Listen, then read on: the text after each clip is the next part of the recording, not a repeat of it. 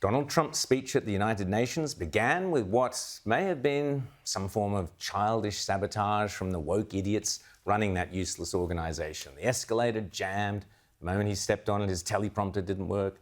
The sound within the room was apparently woeful, and Melania, who was in the audience, confessed she hadn't actually heard a word of it. Trump has now called for the sabotage to be investigated, as he should. But at the end of the day, it made no difference. Donald Trump spoke from the heart and didn't miss a beat or miss a trick. Talk about truth bombs. He dropped the full payload, from climate change as a hoax to immigration as killing nations around the world to the brazen stupidity and duplicity of Australia and others recognising Palestine. It was a magnificent speech. On Friday, it was Benjamin Netanyahu's turn to speak. And of course, the childish behaviour of the UN continued with heckling and a walkout by delegates. Why we fund this obnoxious and largely pointless and dangerous institution is beyond me. But anyway, when Prime Minister Netanyahu spoke, he didn't mince his words. First up, he addressed his astonishing military successes of the last 12 months. Half the Houthi leadership in Yemen, gone. Yahya Sinwar in Gaza, gone.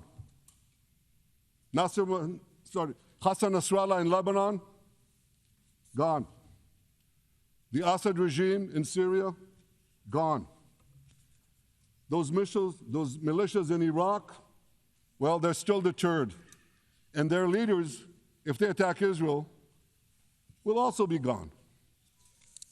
And for Iran's top military commanders and its top atomic bomb scientists, well, they're gone too. President Trump and I promised to prevent Iran from developing nuclear weapons, and we delivered on that promise.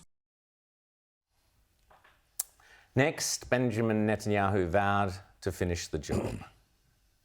The final remnants of Hamas are holed up in Gaza City.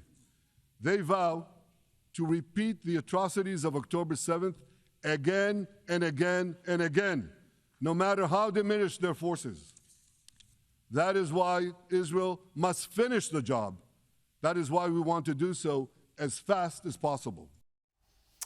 And the Prime Minister then had two powerful messages. First, directly to the hostages themselves, and secondly, to those who are holding them in horrific and barbaric conditions. We will not falter and we will not rest until we bring all of you home. So to the remaining Hamas leaders and to the jailers of our hostages, I now say, lay down your arms. Let my people go. Free the hostages, all of them, the whole 48. Free the hostages now. And it wouldn't be a Netanyahu UN speech without a few props and a bit of black humour, and the Prime Minister didn't disappoint. And of course, you understand that the war in Gaza has affected every Israeli. But I'm sure there are people in New York or in London or in Melbourne and elsewhere who are probably thinking, what does all of this have to do with me? And the answer is, everything, because our enemies are your enemies. So let's do something else. So first at the UN, let's do a pop quiz. And raise your hand if you know the answer. Here's the first question. Who shouts death to America? Is it A, Iran, B, Hamas, C, Hezbollah, D, the Houthis, or E, all of the above? All of the above.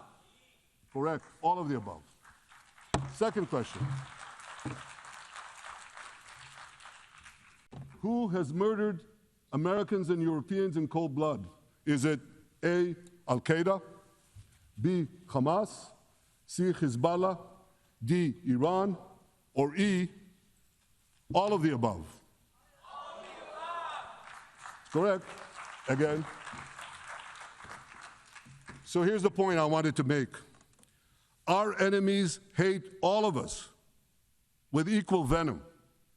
They want to drag the modern world back to the past, to a dark age of violence, fanaticism, and terror.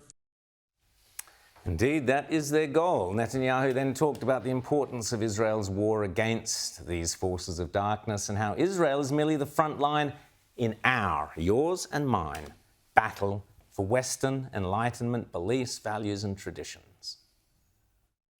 Behind closed doors, many of the leaders who publicly condemn us privately thank us.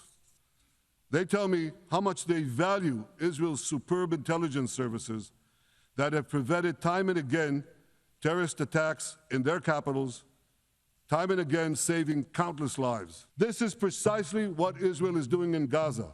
We're wiping out the terror regime of Hamas and ensuring that this savagery will never threaten Israel again. That's what we are doing. That's what any self-respecting government would do. But there was no disguising the disgust that Benjamin Netanyahu rightly feels for all those countries, including shamefully ours, under the appalling Albanese-Wong government, countries such as Australia that have pandered to the Muslim vote, shown zero leadership in combating rampant anti-Semitism, and then in every national forum, including the United Nations, have sided against our once firm friend and ally Israel, and instead constantly accused Israel of all sorts of iniquities, including, of course, allowing the accusation of genocide to go unchallenged. Yet, and it's a yet that I'm sorry to say here, yet over time, many world leaders buckled. They buckled under the pressure of a biased media, radical Islamist constituencies, and anti-Semitic mobs.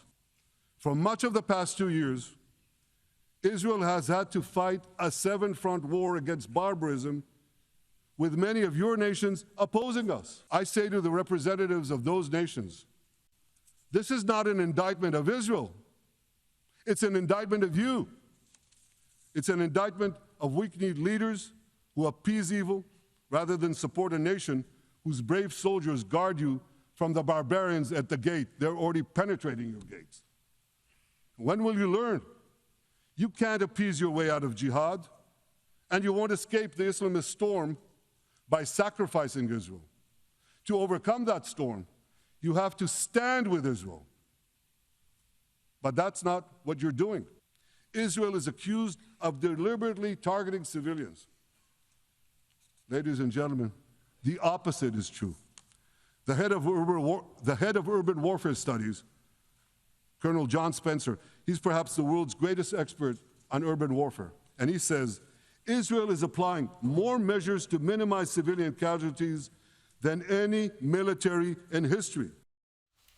Indeed, as Bernard-Henri Levy, you might remember we had him on the show a few years ago, wrote this week in the Wall Street Journal, and I'm quoting him, a genocidal army does not take 2 years to win a war in a territory the size of Las Vegas. A genocidal army does not send SMS warnings before firing or facilitating the passage of those trying to escape the strikes. A genocidal army wouldn't evacuate every month hundreds of Palestinian children suffering from rare diseases or cancer, sending them to hospitals in Abu Dhabi as part of a medical airlift set up right after October 7th.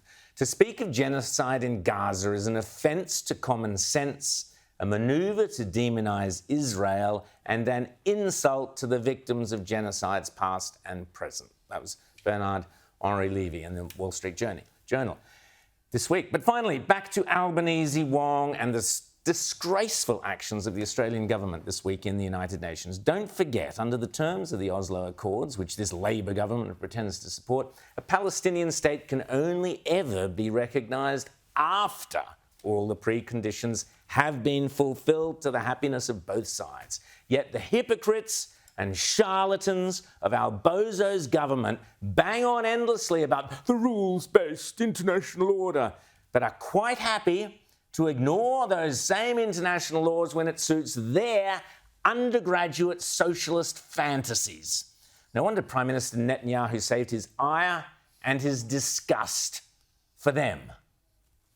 This week, the leaders of France, Britain, Australia, Canada, and other countries unconditionally recognized a Palestinian state.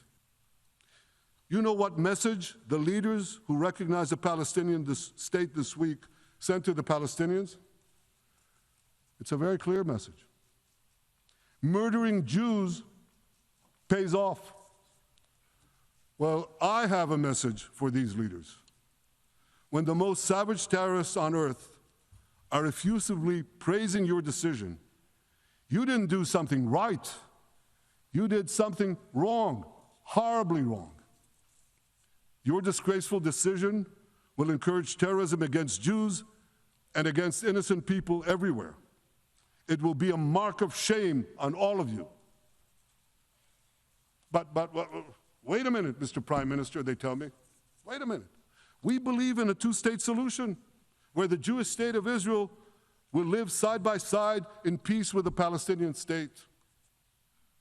There's only one problem with that. The Palestinians, they don't believe in this solution. They never have. They don't want a state next to Israel. They want a Palestinian state instead of Israel. Absolutely. The Albanese government has brought shame and humiliation onto this nation. Ours is not a national government, it's a national disgrace.